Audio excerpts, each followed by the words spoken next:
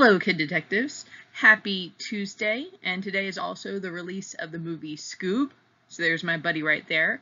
We're going to continue reading The Case of the Missing Manatee, and today we are reading Chapter 14. Just a reminder before we get started, please have your detective notebook or a piece of paper out. That way you can jot down some ideas, maybe some questions that you might have, okay? Some things that need to be solved. We're going to be doing this for the rest of the year. It's nice and handy to maybe even mark it off as your missing manatee section, okay? So grab that notebook so you're ready to write down some clues. And of course, I just want to remind you of our elements of mystery. We are still focusing on our detective, our suspect, as well as our evidence.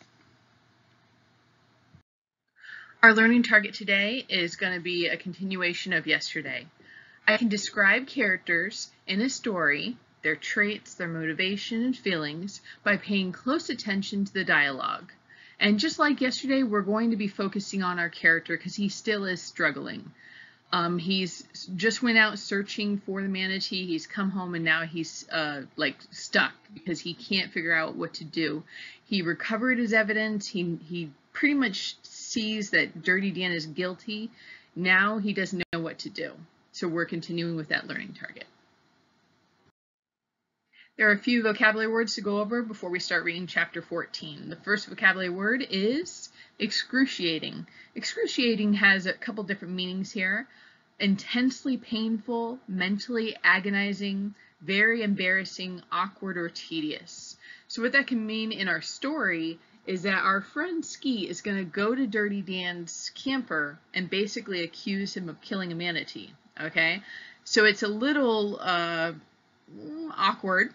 And I'm going to read the sentence to you where excruciating is used. The silence in the little camper grew until it became excruciating.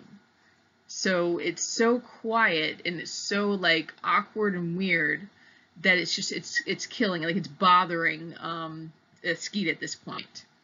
The next vocabulary word is furious.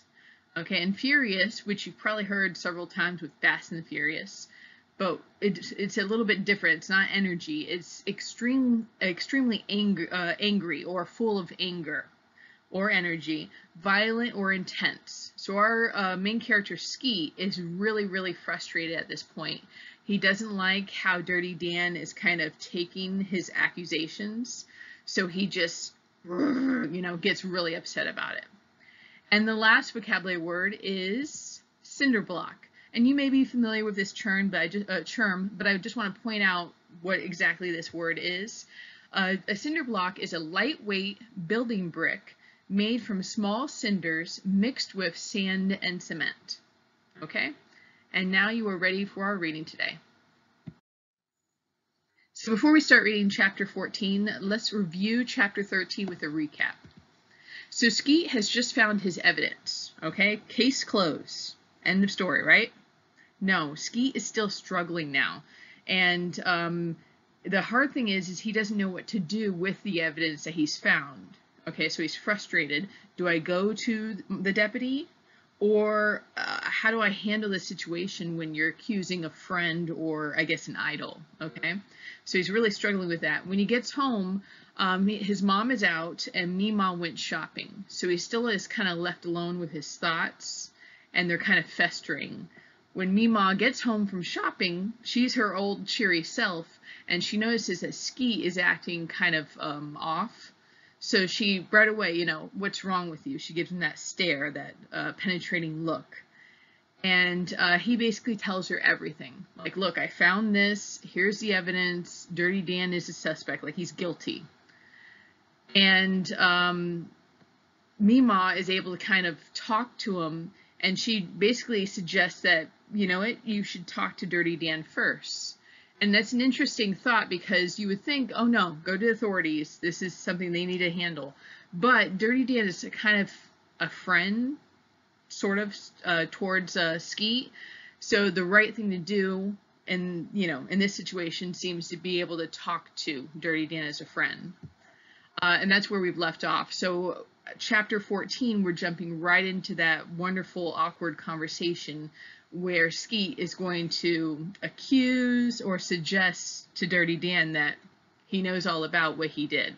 Okay? So that's where we're jumping in. Chapter 14. A moment later, Dan was at the door, his scar stretching wide with his smile. "Well, if it isn't the Tarpon Kid," he said. "Come on in, Skeet." I almost found myself smiling back, the way I would have in the old days, but I caught myself, remembering that everything had changed, so I just stood there like a dope. "Blink," Dan called into the camper. "Come see who's here."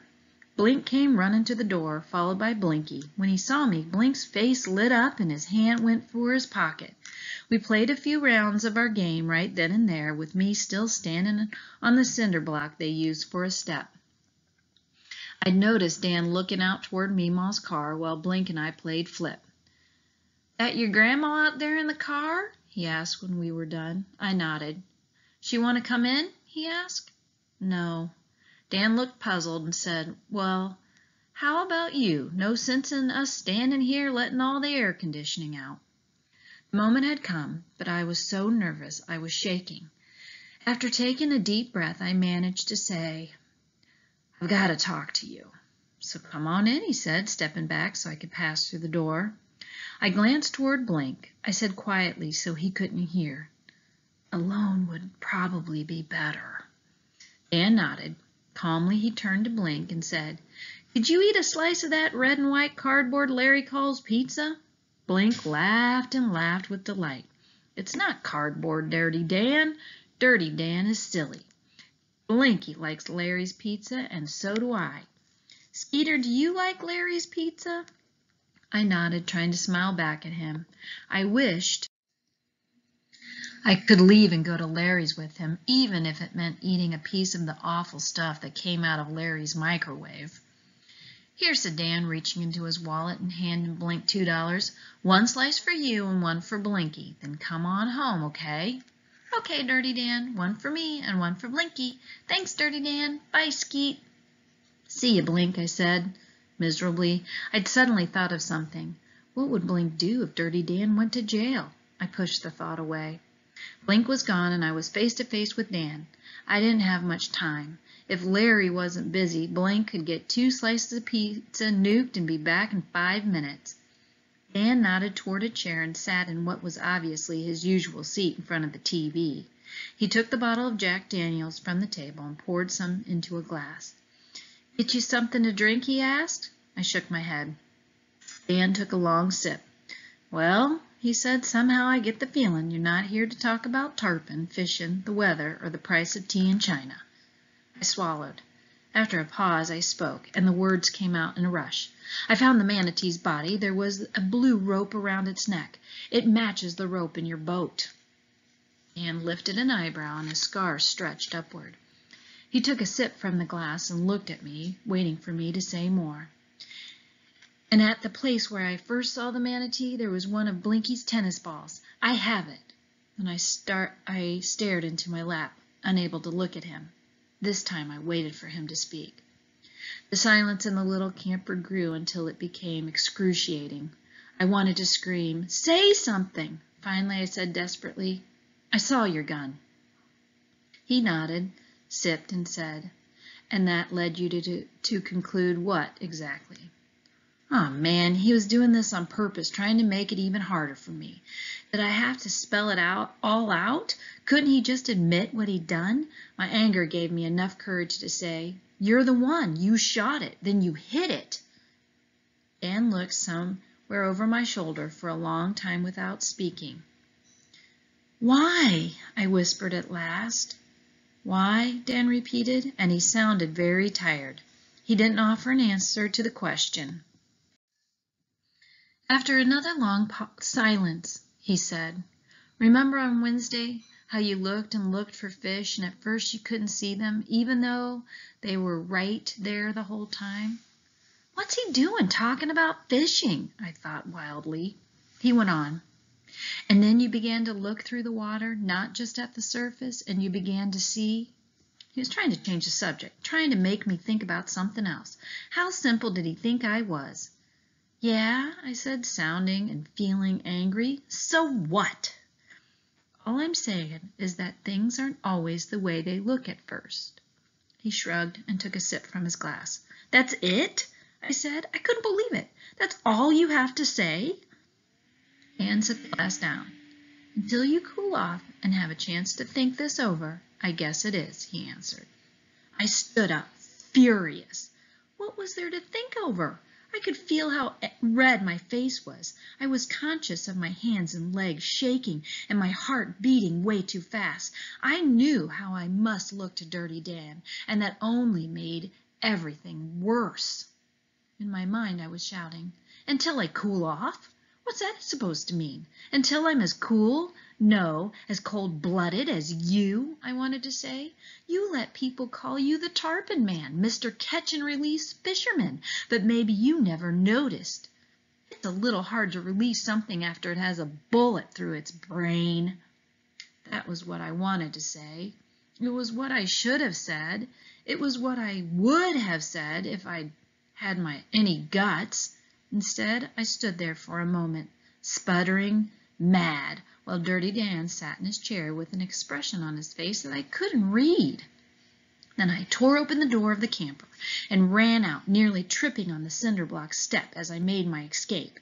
Blink was just coming across the yard from Larry's, his face smeared with pizza sauce. The happy grin fell from his face as I pushed on by.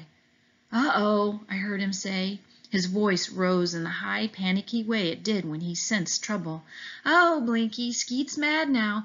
Oh boy. I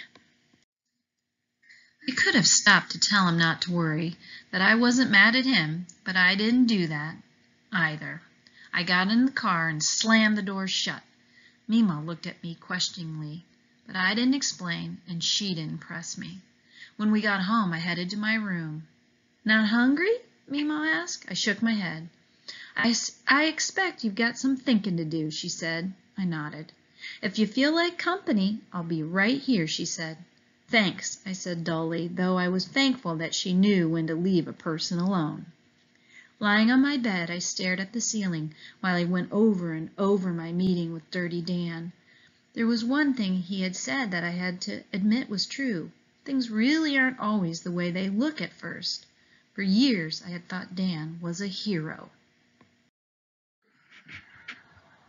This concludes Chapter 14. And I know Skeet, our main character, is feeling a little frustrated at this point. Meeting with Dirty Dan was kind of pointless or meaningless. He hasn't really learned the real truth, and now Dirty Dan knows that Skeet suspects him of killing the manatee. So that's even more scarier. There are a couple questions to answer for Chapter 14. Skeet is worried about what would happen to Blink if Dirty Dan goes to jail. Do you think Skeet should still go to the deputy and tell him? So our friend Skeet is struggling with telling the deputy about Dirty Dan because Blink might be taken away. He doesn't know what's going to happen to Blink. So I want you to give me your opinion. Do you think this changes our thought process, or does he definitely need to tell the deputy? The next question says, Dirty Dan says things really aren't always the way they look at first. What do you think this means? Because it's very puzzling, and it frustrates Skeet a whole lot because he doesn't understand how to take this. So what do you think this could mean? All right, so remember to answer these questions in our form, and you are good to go. Have a good day, guys.